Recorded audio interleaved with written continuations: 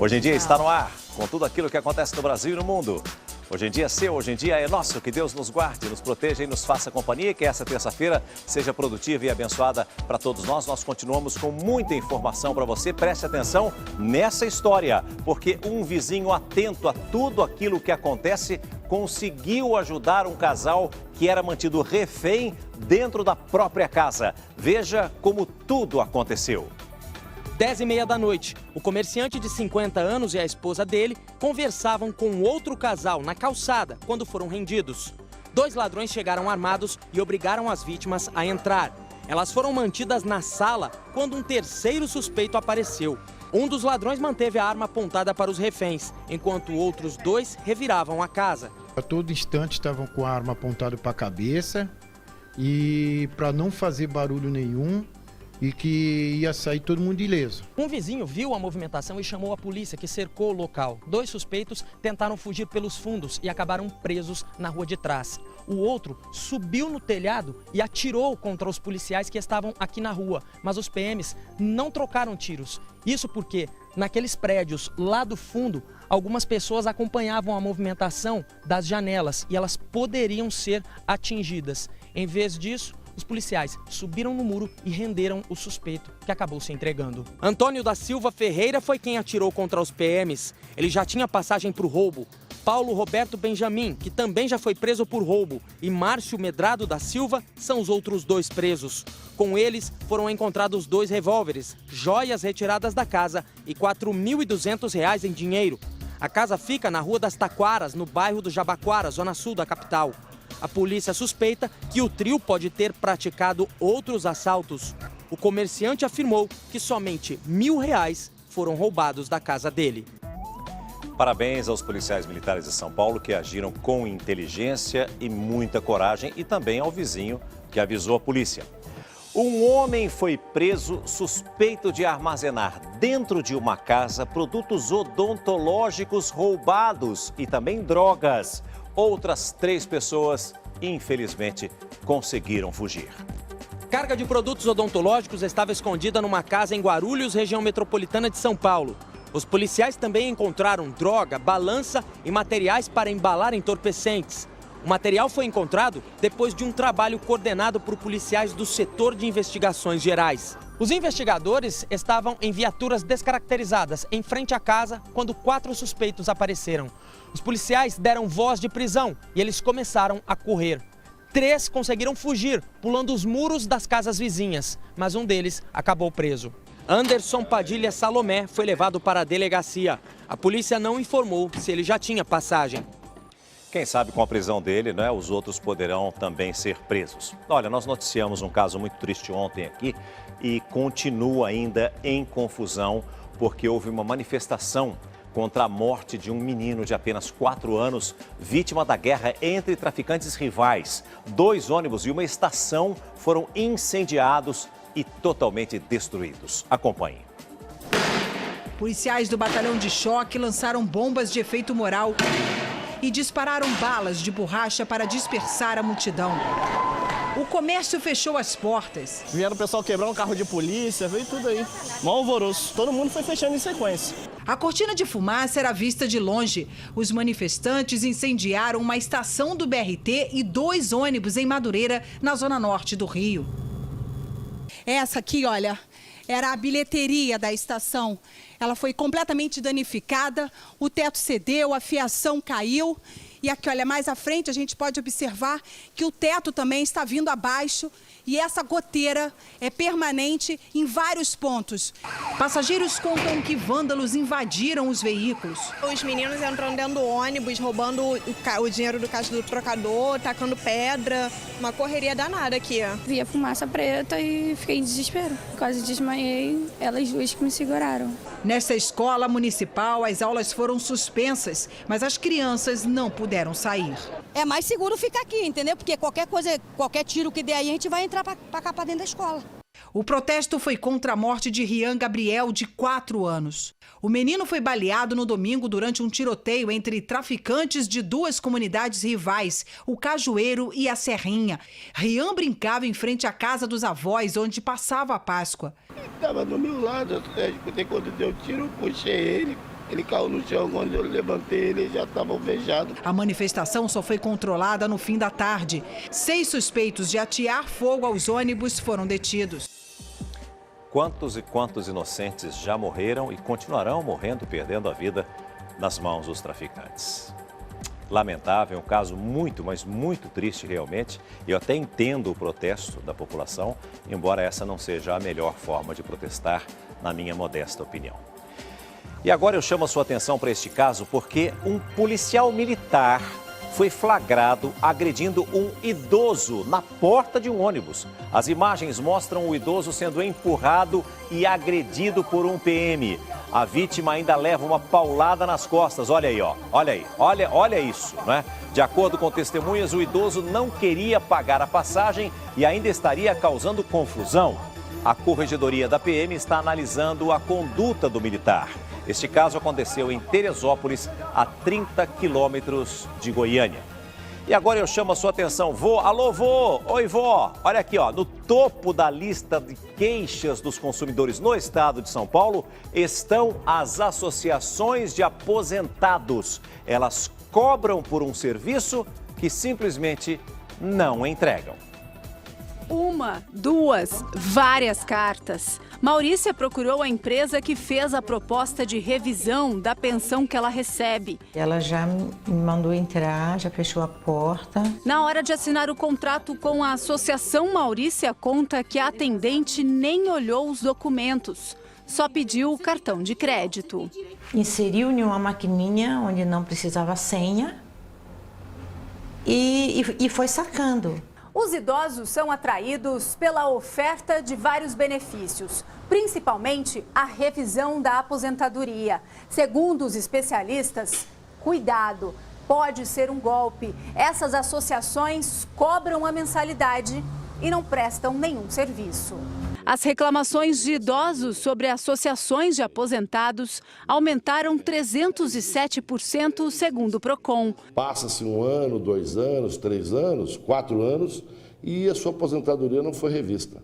No ano passado, 3 destas empresas ficaram pela primeira vez entre as mais reclamadas no estado de São Paulo. Maurícia conseguiu o dinheiro de volta, mas no Rio de Janeiro, este militar da reserva caiu num golpe pelo telefone. Na ligação, um homem diz que o aposentado precisa pagar uma taxa para liberar o benefício. A longa espera acabou em uma verdadeira dor de cabeça. Para mim foi uma lição triste, né?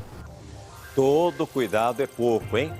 Olha, você vai acompanhar agora a história de uma comerciante de Minas Gerais que foi surpreendida por ladrões mascarados quando fechava o estabelecimento. Ela chegou a ser agredida porque, além do susto de ser assaltada, ela tomou um outro ainda maior com o disfarce dos bandidos e ela acabou reagindo. Veja. No instante em que ela começa a abaixar a porta, os criminosos chegam. Eles levantam a porta e entram. Um dos bandidos parece estar fantasiado. Ele usa uma máscara de um personagem do cinema e uma camiseta de esqueleto. É ele quem vai direto ao caixa, enquanto o outro, de cara limpa, segura a vítima. A mulher tenta reagir, mas o bandido não deixa. Ele puxa a vítima pelo braço e a joga no chão. Por conta das agressões, a mulher machucou a orelha. Não sei até mesmo que não matou. Você acha que ele podia ter atirado? Podia. Se tivesse bala. Do caixa, o criminoso pegou aproximadamente R$300. Com o dinheiro dentro de uma mochila, a dupla sai da mercearia e vai embora. A mulher fica em estado de choque. Ela abaixa a porta novamente, senta no chão e chora. Essas imagens de outra câmera externa mostram a fuga dos criminosos a pé pela rua ao lado. O caso será investigado pela Polícia Civil de Três Corações. A imagem do suspeito, que não escondeu o rosto, vai ajudar na identificação dele e, posteriormente, do comparsa. Daqui para frente, com muito cuidado, na hora de fechar, polícia vigiando, porque chega de ser assaltado. Não quero mais passar por isso. Quem sabe essas câmeras de segurança possam ajudar a polícia, né, a prender esses criminosos aí. Se não bastasse o susto de ser assaltado, como eu disse, ainda é surpreendida pelo esqueleto. Em Três Corações, a terra do rei Pelé, agora é a terra do esqueleto também. Pelo amor de Deus. Agora, essa situação dessa senhora de Minas Gerais, da Ana Rosa, né, é a situação de todos os comerciantes do Brasil. Você paga aluguel, você paga impostos, você tem que pagar o salário dos funcionários, você luta para sobreviver, né, com todos os esforços e dificuldades, e ainda por cima, no final de um expediente cansativo, quando você vai fechar as portas procurando descanso dos seus familiares, você ainda é surpreendido pelos bandidos que tentam levar o pouco que você faturou no seu dia a dia. Esse é o drama de muitos, mas muitos empresários de todo o Brasil. Pequenos, não importam, mas é o drama de todos eles, sem dúvida nenhuma. Funcionários e clientes de um posto de combustíveis foram agredidos por criminosos durante um assalto. As câmeras de segurança registraram a ação violenta e você confere tudo junto comigo agora. O carro entra no posto de combustíveis em alta velocidade. Logo em seguida, um dos criminosos já desce do carro com arma em punho. Esse cliente que está sem camisa assusta. Ele levanta as mãos e o assaltante pega o celular dele. Em seguida, pega a carteira dos outros funcionários e clientes. Com a arma sempre apontada para as vítimas, o bandido faz várias ameaças. Do outro lado da loja de conveniência, o outro assaltante também é bastante agressivo. Com um pedaço de pau, ele agride um dos frentistas e 2 caminhoneiros. O criminoso exige dinheiro e os celulares das vítimas. Mesmo sem ninguém esboçar nenhuma reação, ele continua as agressões. Dá várias pauladas, inclusive no frentista que já está caído no chão. Esse motorista, que prefere não mostrar o rosto, conta que os bandidos, além de agressivos, estavam muito assustados.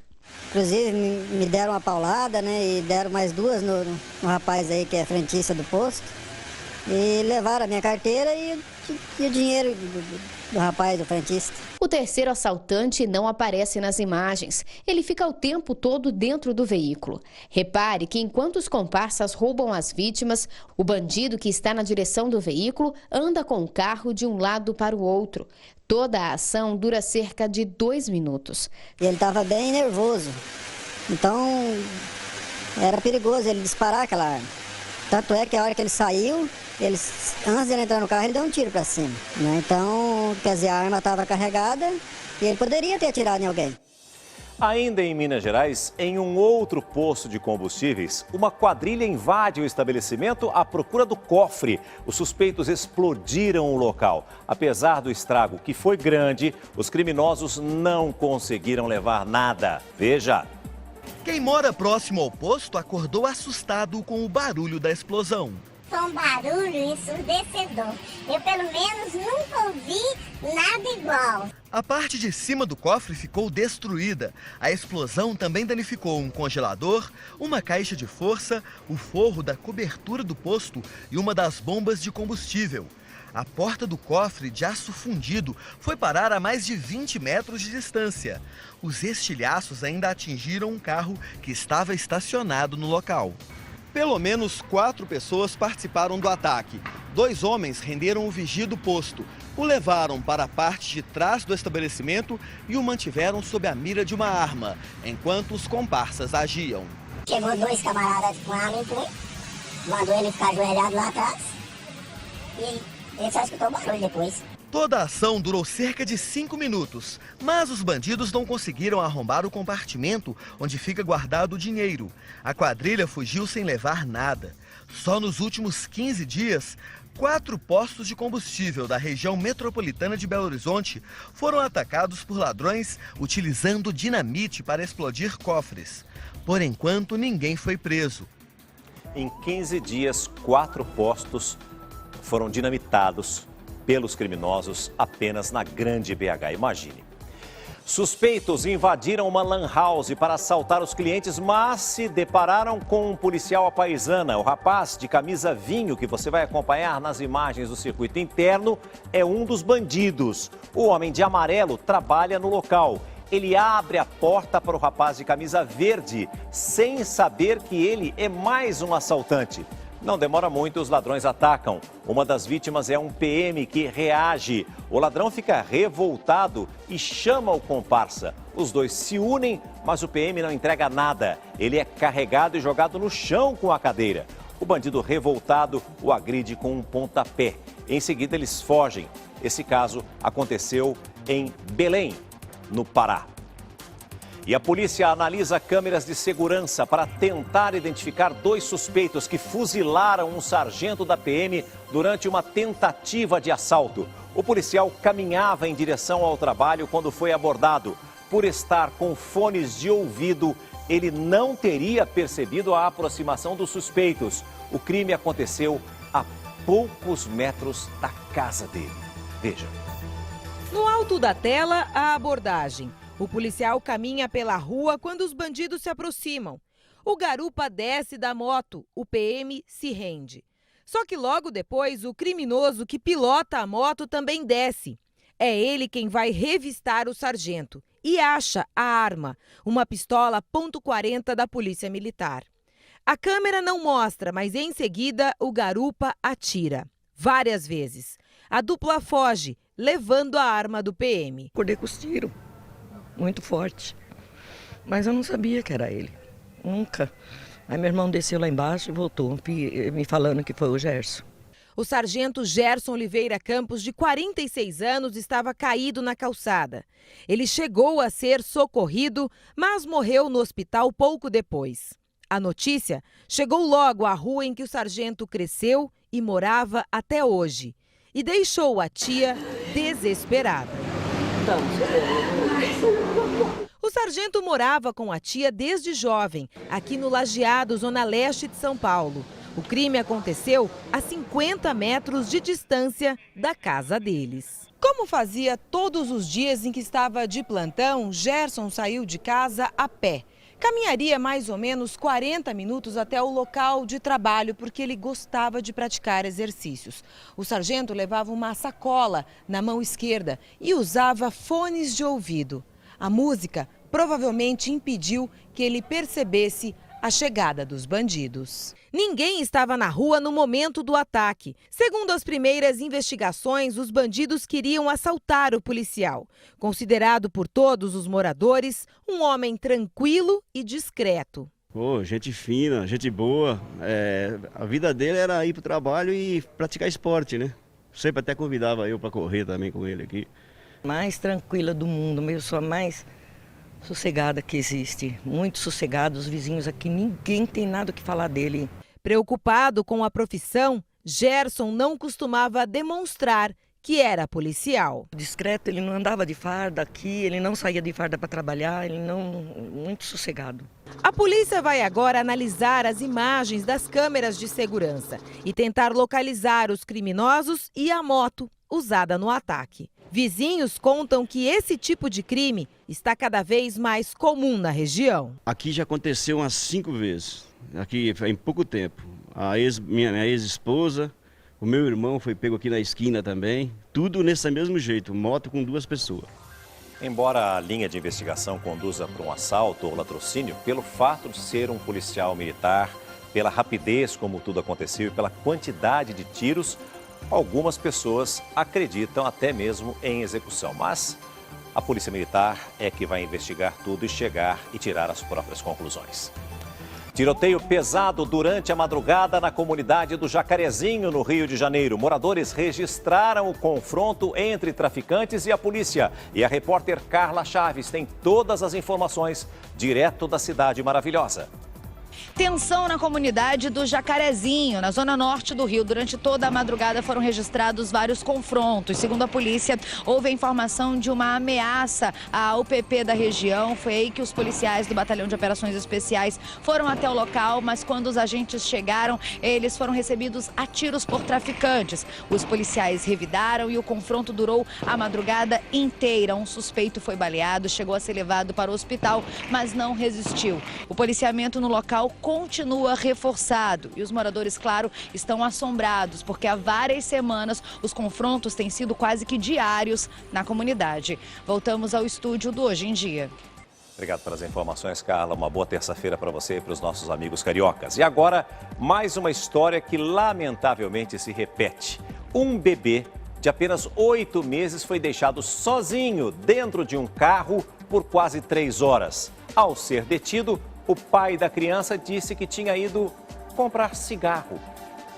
Danilo Raimundo Pereira foi preso em flagrante. Ele é acusado de deixar a filha, de apenas 8 meses, trancada no interior de um carro por cerca de 3 horas. Tudo aconteceu no principal estacionamento do Parque Barigui, em Curitiba. Testemunhas garantem, a criança ficou sozinha dentro do veículo entre 5 horas da tarde e 8 horas da noite. O automóvel foi encontrado exatamente neste ponto. Ele já foi recolhido pela Guarda Municipal, mas aqui ficaram os estilhaços do veículo, que foi depredado por populares, que conseguiram retirar a criança de dentro do carro. Tiago Lima, o dono do carro, que é amigo de Danilo, também foi detido. O carro era meu, mas só fui dar uma carona só para um amigo lá, nós estávamos dando uma volta, né? Fomos comprar um cigarro, a criança ficou um tempinho a mais no carro lá, mas não estava mal cuidado. Se pudesse voltar atrás? Se pudesse voltar atrás, nem isso eu tinha falado. Você não deixaria ela lá? Lógico que não, cara, vocês estão interpretando como um monstro, chefe, mas eu não sou assim não, cara.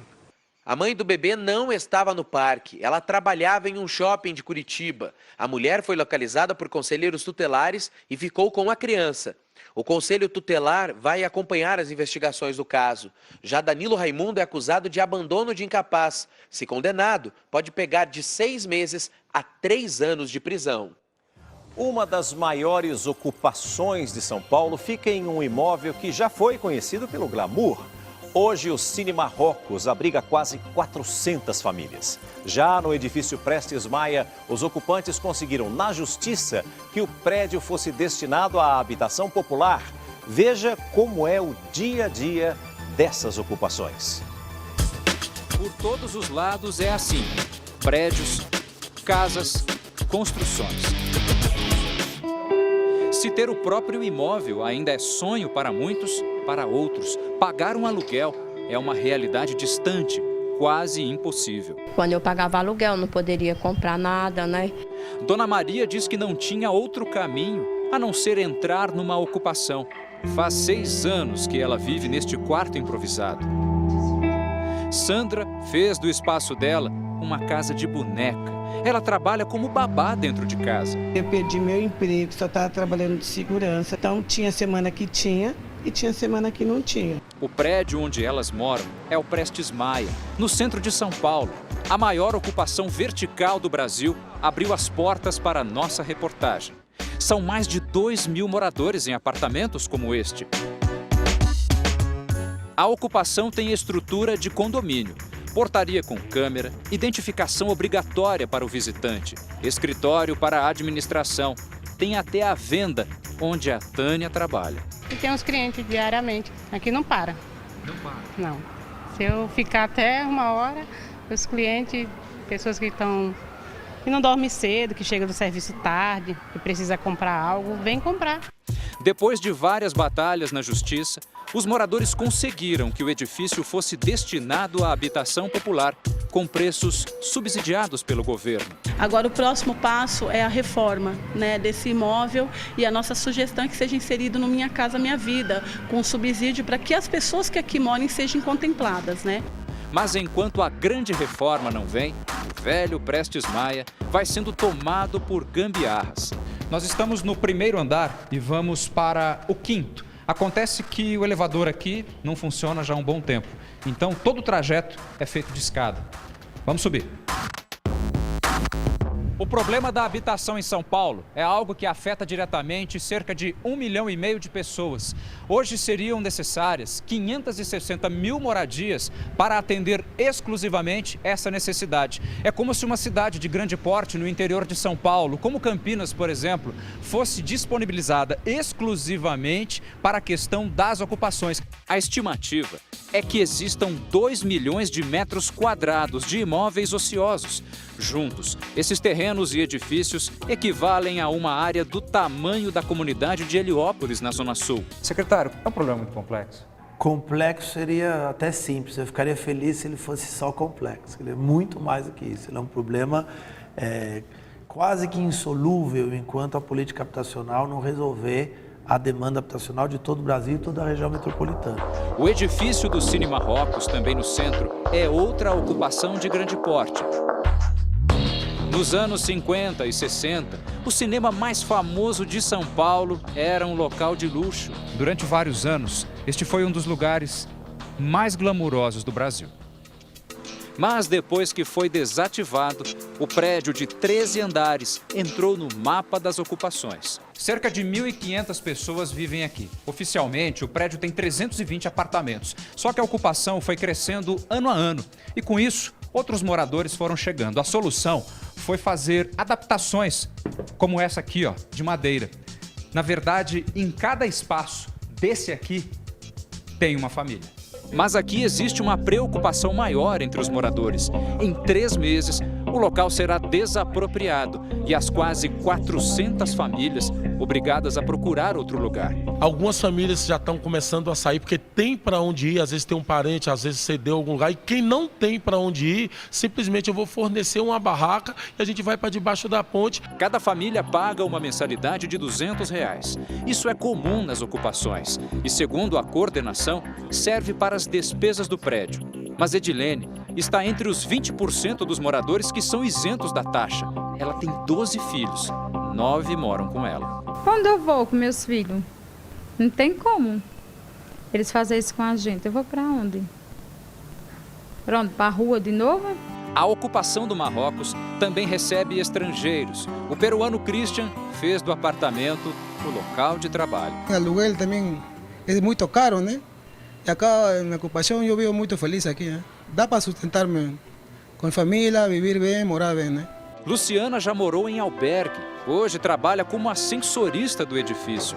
Ela nem consegue pensar no dia em que terá de arrumar as malas e deixar para trás o lugar que aprendeu a chamar de casa, de lar. Estou aqui, vai fazer 3 anos que eu estou aqui. E aqui a gente está mesmo porque realmente precisa. Entre ficar aqui e ficar na rua, com certeza aqui é melhor. E o estado de São Paulo registrou em apenas 2 meses deste ano mais casos de chikungunya do que em todo o ano passado. Acompanhe a reportagem. Em janeiro e fevereiro foram registrados 77 casos da doença. No ano passado inteiro foram 75 casos, de acordo com a Secretaria Municipal de Saúde. Apenas 5 pessoas contraíram chikungunya na cidade. Já o número de casos de dengue, comparado com o mesmo período do ano passado, caiu 47%. O uso do larvicida, chamado BTI, pode ser uma das causas da queda no número de casos, segundo a Prefeitura. Entre janeiro e fevereiro, foram registrados 14 pacientes com Zika vírus. Só um caso contraído em São Paulo. Também de outubro de 2015 a março deste ano, a cidade registrou 6 casos de microcefalia, todos de gestantes que viajaram.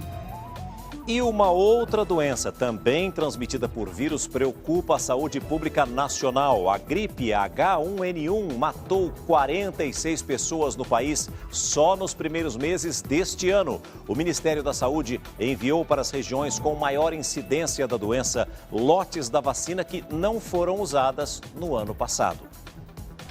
Foi o primeiro dia de aula do Vitor depois de enfrentar a H1N1. Ele ficou 1 semana em casa com muito desconforto. Febre de 39, dor de garganta, indisposição.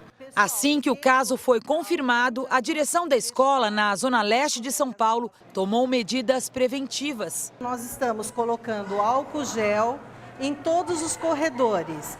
Este ano, até 19 de março, foram 305 casos de H1N1 em todo o Brasil, com 46 óbitos. Este tipo grave da gripe matou 2 pessoas na Bahia e outras 2 em Minas Gerais. Uma pessoa morreu no Mato Grosso e uma no Mato Grosso do Sul. Em São Paulo, a gripe A matou 38 pessoas, 10 a mais do que o registrado em todo o ano passado. O atendimento de casos suspeitos da doença cresceu em toda a rede pública e privada. Aqui neste hospital particular, na região central de São Paulo, foram diagnosticados só neste mês 36 pacientes com gripe A. Com o número de casos se multiplicando a toda semana, agora as pessoas com suspeita da doença recebem o atendimento numa área isolada do pronto-socorro. O governo de São Paulo pediu para antecipar a vacinação contra a gripe A no estado, mas o Ministério da Saúde diz que os laboratórios ainda não entregaram as doses deste ano. Em casos emergenciais, como já acontece na região de Rio Preto, a população está recebendo a vacina do ano passado. Mas o infectologista alerta. As pessoas que tomaram a vacina agora, de 2015, terão que novamente serem revacinadas porque ela é uma vacina diferente. Os vírus contidos na vacina de 2016 são diferentes dos vírus contidos da vacina de 2015. Daqui a pouco, no quadro Você e o Doutor, o médico de família, Dr. Antônio Spreusser, vai tirar todas as nossas dúvidas sobre o câncer. Ele também vai falar sobre a polêmica da pílula do câncer. Participe usando a hashtag Hoje em Dia através da sua rede social favorita. Você se lembra daquele caso de uma professora que colocou uma aluna pendurada do lado de fora da janela da sala de aula em uma marquise? Pois muito bem, essa professora foi afastada. A criança de 4 anos ficou sobre a marquise do 2º andar do prédio onde estuda, que pertence inclusive à prefeitura. O caso aconteceu em Boa Esperança, no sul de Minas. A professora se defendeu, alegando que a criança havia jogado um brinquedo pela janela e que teria colocado a aluna para fora para que ela se acalmasse pegando o objeto. Essa versão não convenceu a família da criança, que ficou, obviamente, indignada. E agora a professora vai responder a um processo administrativo instaurado pela Secretaria de Educação. E o coordenador de segurança de um complexo penitenciário no Pará foi preso em flagrante. Ele recebeu propina para facilitar a entrada de uma adolescente no local. Veja por quê. O flagrante ocorreu no último domingo, logo após o horário de visitas íntimas aos detentos, na unidade prisional em Santa Isabel, a 1 hora de Belém. 15 pessoas foram abordadas e todas estavam sem o cadastro obrigatório de visitantes. Já havia uma desconfiança em cima deste servidor e a partir daí se iniciou então uma investigação interna, culminando com a prisão em flagrante no momento em que permitiu o ingresso dessas pessoas. Uma adolescente de 14 anos também estava no presídio. Ela apresentou identidade falsa e dizia que era maior de idade. O funcionário era coordenador de segurança do presídio e trabalhava há 11 anos no sistema penal. De acordo com as investigações, ele cobrava cerca de R$100 para liberar visitas íntimas sem passar pelo cadastramento. Ele está preso e será exonerado do cargo. A Comissão de Direitos Humanos da OAB no Pará comentou a prisão do servidor e criticou a fragilidade do sistema carcerário do estado.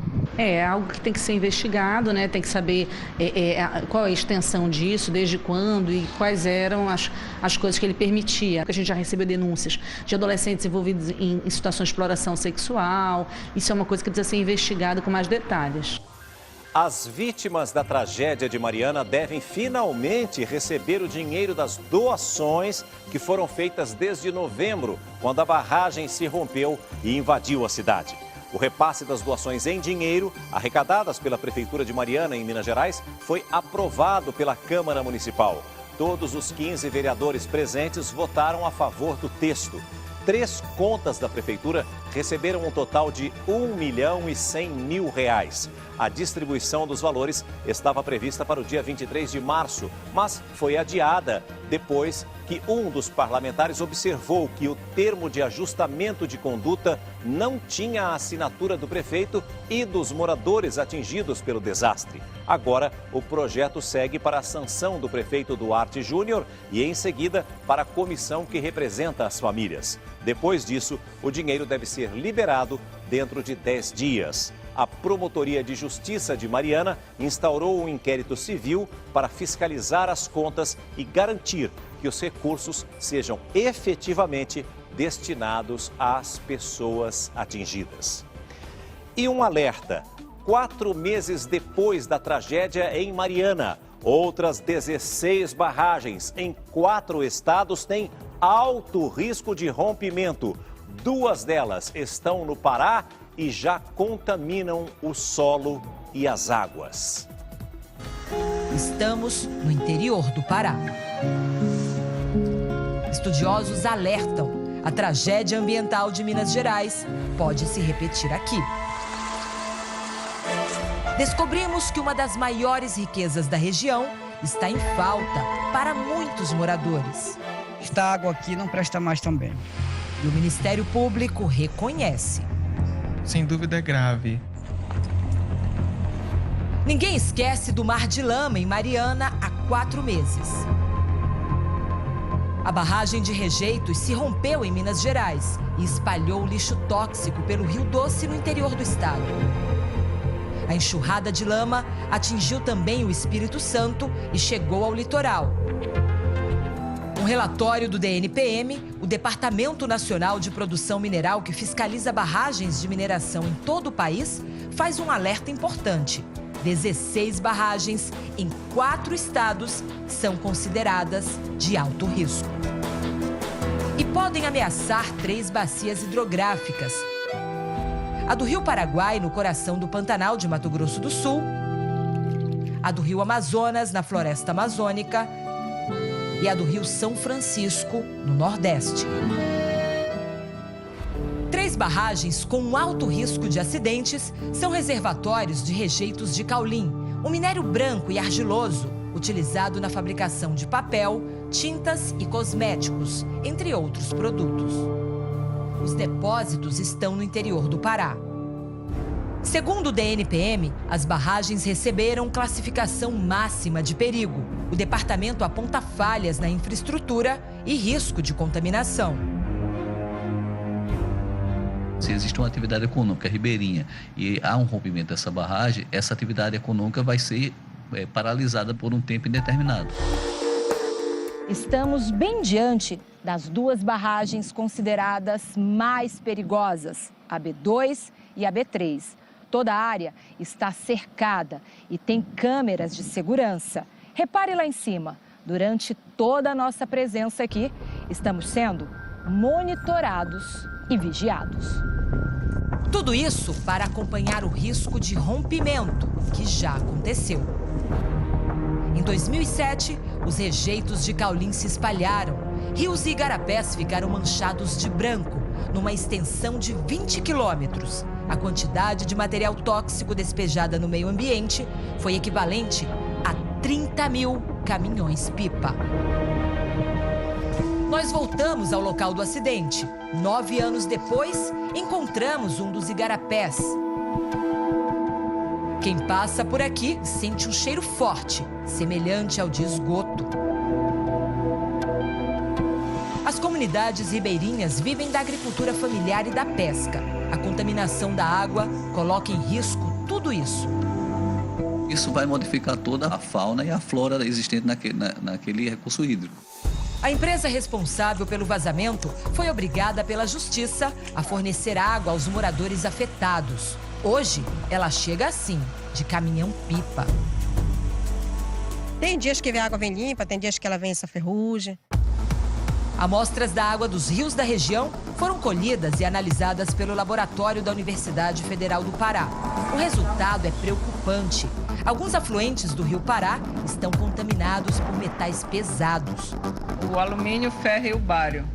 O bário é considerado um elemento tóxico bastante perigoso, então ele estava em níveis até 120 vezes acima do nível preconizado pela legislação brasileira.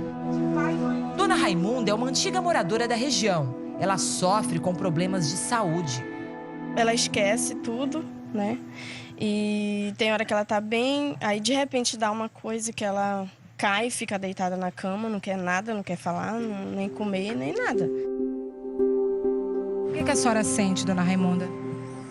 O que eu sinto é...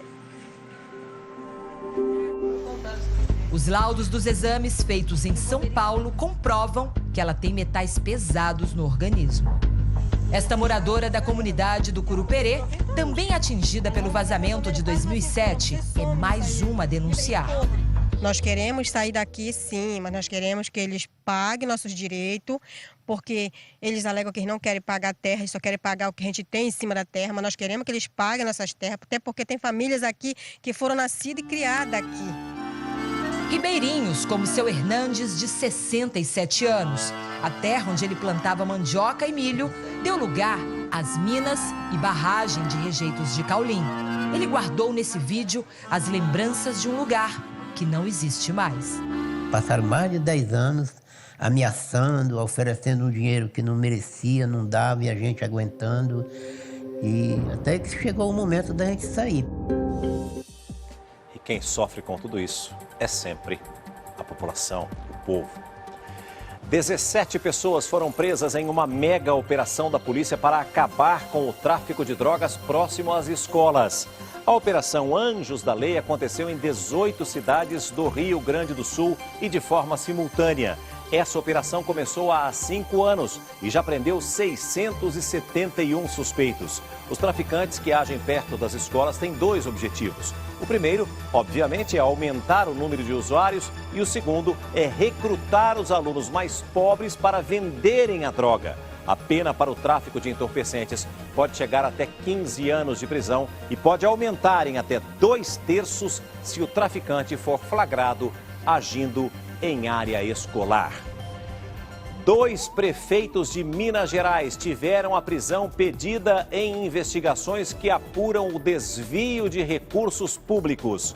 Os governantes de Vespasiano e São José da Lapa, na região metropolitana de Belo Horizonte, foram indiciados após as investigações concluírem que os carros das prefeituras eram abastecidos em um mesmo posto de combustíveis e as notas fiscais eram pagas 2 vezes de forma fraudulenta. Segundo a investigação, entre 2013 e 2015, houve desvio de quase R$800 mil dos cofres das 2 cidades.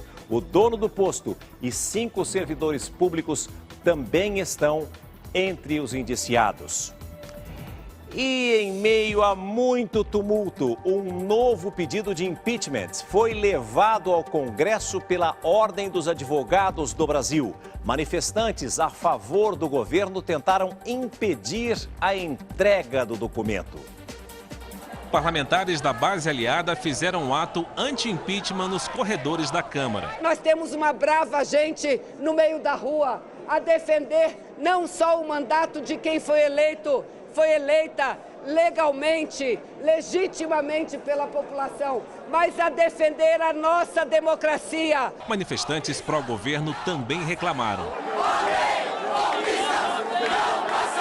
Com a entrada liberada dos advogados que defendem o impeachment, os 2 grupos trocaram acusações.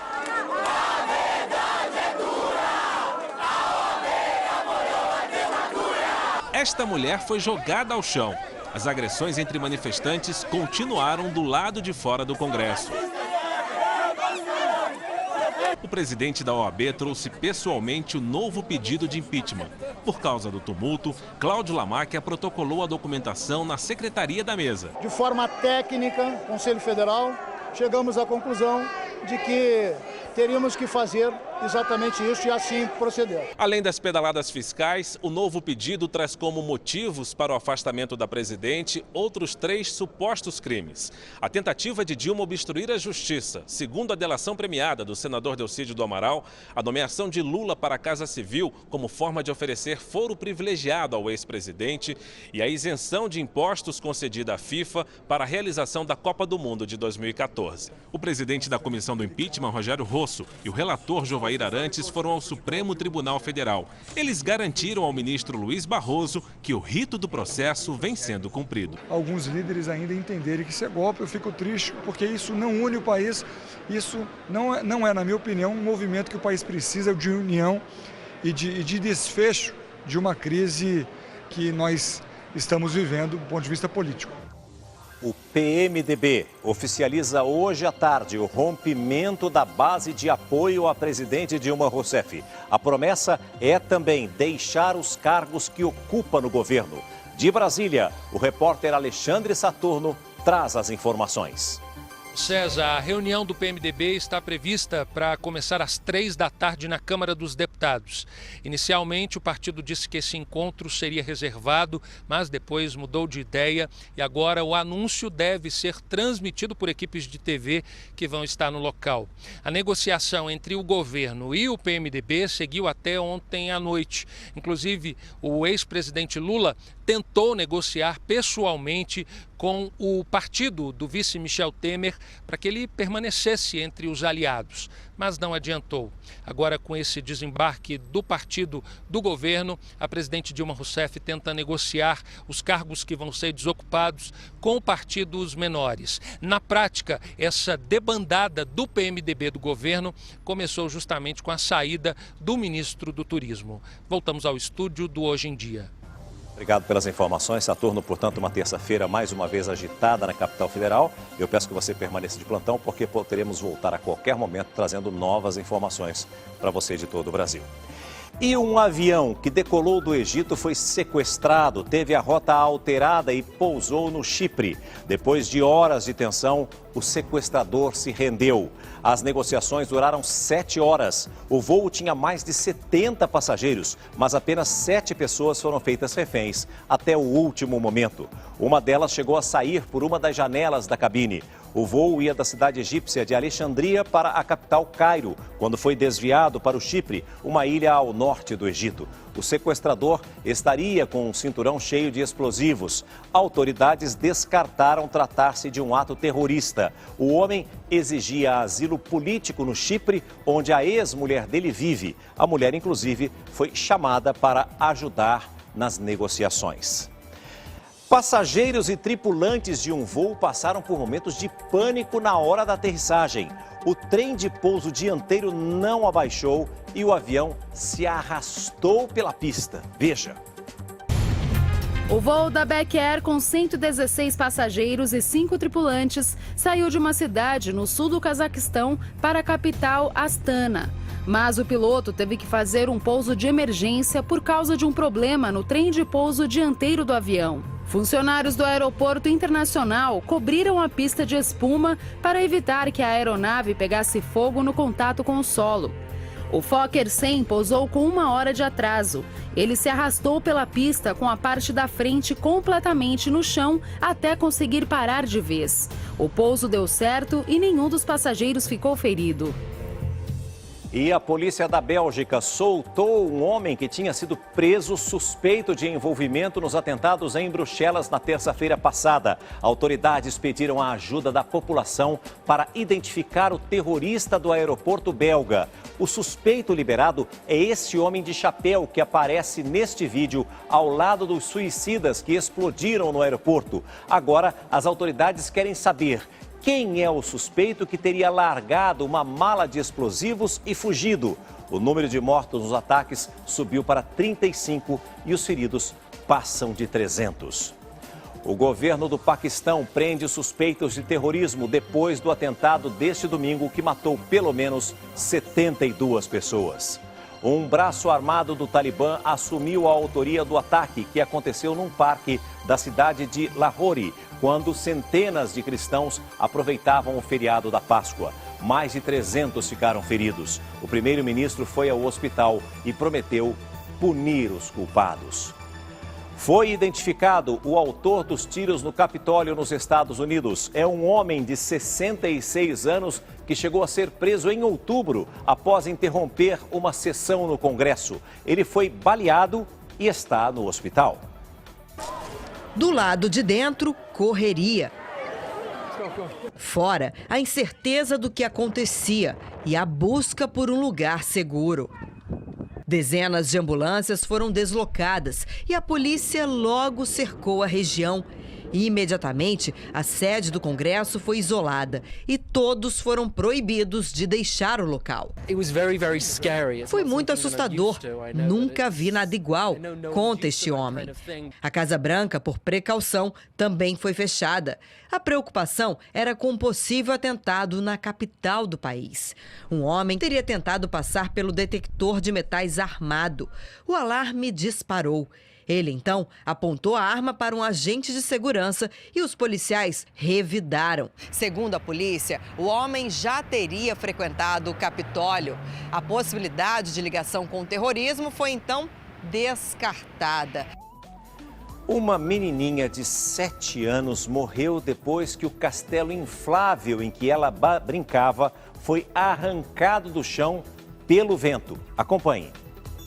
A menina inglesa Summer morava com a mãe, mas foi passar a Páscoa com o pai em outra cidade.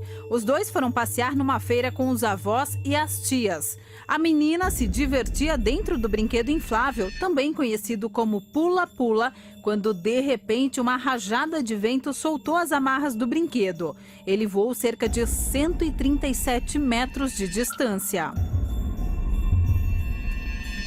Testemunhas disseram que o pula-pula bateu contra uma van, depois em uma cerca. O pai da menina correu desesperado, junto com outros adultos, tentando segurar o brinquedo. Quando chegaram lá, a garotinha estava inconsciente. Ela foi socorrida, mas morreu no hospital por causa de vários ferimentos. Policiais e cientistas forenses foram ao local para investigar as causas do acidente. Olha, esse não é o primeiro caso que nós relatamos de acidentes com brinquedos infláveis, né? Não apenas no exterior, mas aqui no Brasil também. Por isso, todo cuidado nessas festas, principalmente ao ar livre, é pouco, não é verdade, Renatinha? É isso mesmo, César. Geralmente o brinquedo inflável ele atrai muito a atenção, né, pelo colorido das crianças. Mas é importante também que pai, mãe, quando você for a uma festa, um parque, não deixa só que o tio que está tomando conta do brinquedo fique de olho no seu filho, não. Fica ali do lado, fiscaliza, vê se está bem amarradinho, vê como é que está a questão de segurança do brinquedo, porque eu acho que o nosso bem mais precioso, com certeza, está ali brincando e que seja uma diversão sem fatalidades. Uma técnica menos invasiva pode ajudar a detectar o câncer infantil. O método foi desenvolvido por pesquisadores americanos e está sendo testado no Brasil por cientistas da Unicamp. A técnica usa um aparelho que serve para diagnosticar células cancerígenas durante a cirurgia no cérebro da criança. A intenção é aumentar a precisão nas cirurgias e reduzir o risco de mortes e sequelas. No procedimento convencional, amostras do tecido são retiradas e analisadas pelos médicos no microscópio para saber se existe ou não tumor.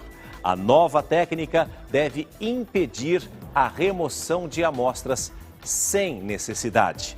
E agora eu quero falar com você que tem o sonho da casa própria, porque a Caixa Econômica Federal aumentou os juros para financiar a casa própria com o dinheiro da poupança. A taxa para não clientes do banco passou de 9,9% para 11,22% ao ano. Já para os clientes será de 11%. Esses valores valem para os contratos assinados desde a última quinta-feira. Quem fechou o negócio antes dessa data continuará a pagar as prestações antigas. O banco informou que o reajuste é consequência do atual cenário econômico. O último aumento aconteceu em outubro do ano passado. E 7 pessoas foram presas hoje de manhã na segunda fase da operação contra a fraude da merenda em São Paulo. Entre eles está o ex-presidente da Assembleia Legislativa de São Paulo. A operação realizada pela Polícia Civil e pelo Ministério Público Estadual investiga a suspeita de fraude em licitações da merenda escolar em 22 cidades paulistas nos últimos 2 anos. O suposto esquema envolvia pagamento de propina a servidores e deputados paulistas. 7 pessoas foram presas nas cidades de Bebedouro, Barretos, Severínia, Campinas e em São Paulo. Entre eles está o ex-presidente da Assembleia Legislativa, Leonel Júlio.